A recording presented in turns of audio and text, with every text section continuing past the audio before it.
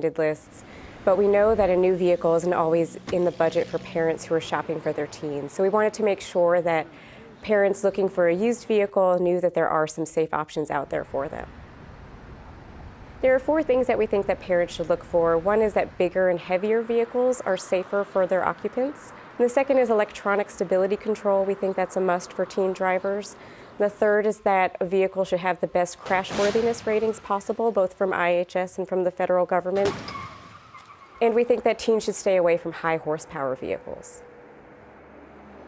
With all else being equal, a bigger, heavier vehicle is going to protect its occupants better in a crash than a smaller, lighter vehicle.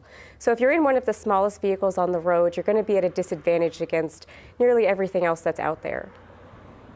So to drive home this point, we conducted a pair of crash tests where we tested 2 bigger, heavier vehicles that were used against 2 lighter vehicles that were new from the same manufacturers. Even though the smaller vehicles were among the best in their class, they couldn't hold up against the larger vehicles. The forces to the dummies were much higher in the smaller vehicles than what we saw in the larger vehicles, and the measurements of the dummies indicated that the drivers of the smaller vehicles in a real-world crash would be at a high risk of having head injuries.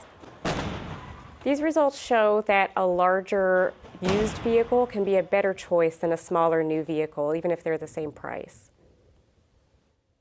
Parents have a lot of vehicles to choose from.